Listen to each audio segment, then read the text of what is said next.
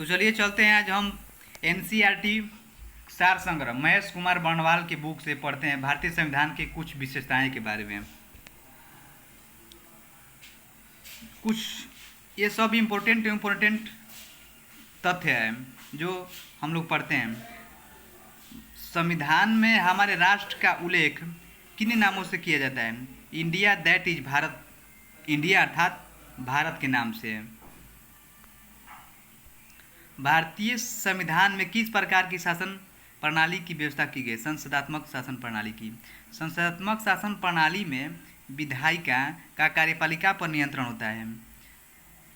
अध्यक्षात्मक शासन प्रणाली का आधारभूत तत्व क्या है? एकल कार्यपालिका है।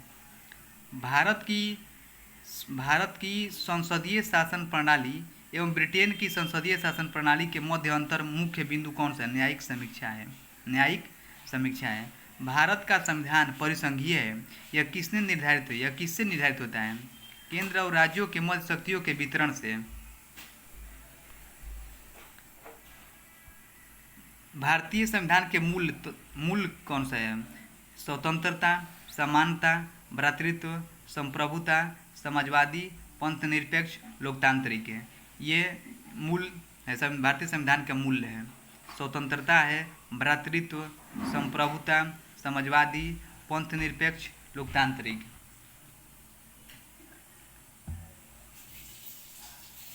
नीति निर्देशक तत्वों तथा मूल अधिकारों को संविधान की आत्मा किसने कहा था? ग्रेनविल ऑस्टिन ने कहा था। मूल संविधान में कुल कितने अनुच्छेद और कितनी अनुसूचियाँ थी? 395 अनुच्छेद और 8 अनुसूचियाँ थी। सर्वप्रथम कांग्रेस के किस अधिवेशन में जन गण मन गाया गया था? कलकत्ता अधिवेशन में गाया गया था 1911 में। राष्ट्रगान के गायन का मानक समय 52 सेकंड का होता है। भारतीय संविधान की जटिलता के कारण इसे वकीलों का स्वर्ग भी कहा जाता है। भारतीय संविधान की जटिलता के कारण इसे वकीलों का स्वर्ग भी कहा जाता है।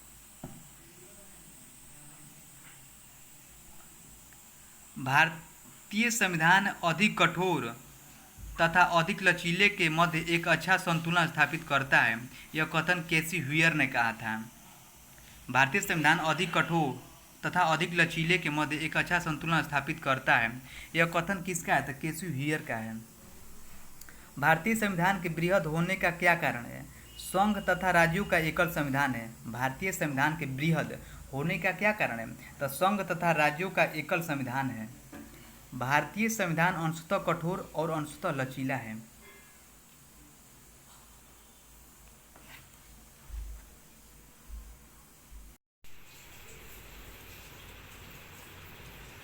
भारतीय संविधान अंशतः कठोर और अंशतः लचीला है।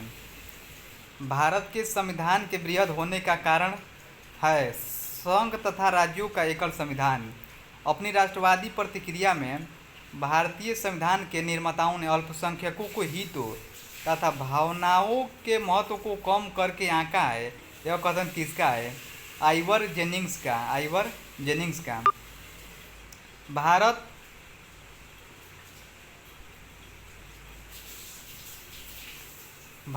अर्धसंघात्मक राज्य है। यह किसने कहा था? केसी ह्यूयर ने कहा था।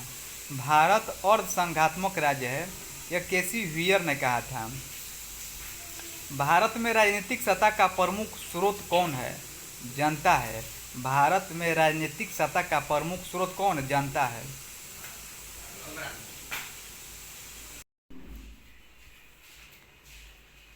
कोई भी संविधान कितना भी अच्छा क्यों न हो, यदि उसे क्रियान्वित करने वाले बुरे व्यक्ति हैं तो संविधान भी बुरा हो जाएगा। डॉक्टर भीमराव अंबेडकर ने कहा था। संविधान को संघात्मक के तंग ढांचे में नहीं ढाला गया है, यह भीमराव अंबेडकर ने कहा था। भारत की स्वतंत्रता के बाद भारतीय राष्ट्रीय कांग्रेस को एक राजनीतिक दल के रूप में भंग कर दिया जाना चाहिए। यह सुझाव किसने दिया था? महात्मा गांधी ने। भारतीय संघवाद को सहकारी संघवाद किसने कहा था? जी ऑस्टिन ने कहा था। किसने कहा था? जी ऑस्टिन ने कहा था।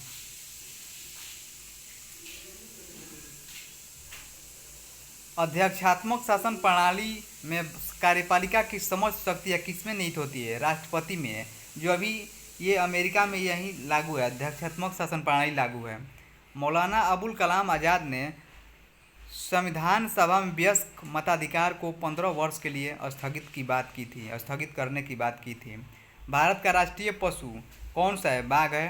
भारत का राष्ट्रीय पुष्प कमल है। भारत का राष्ट्रीय पक्षी मोर है।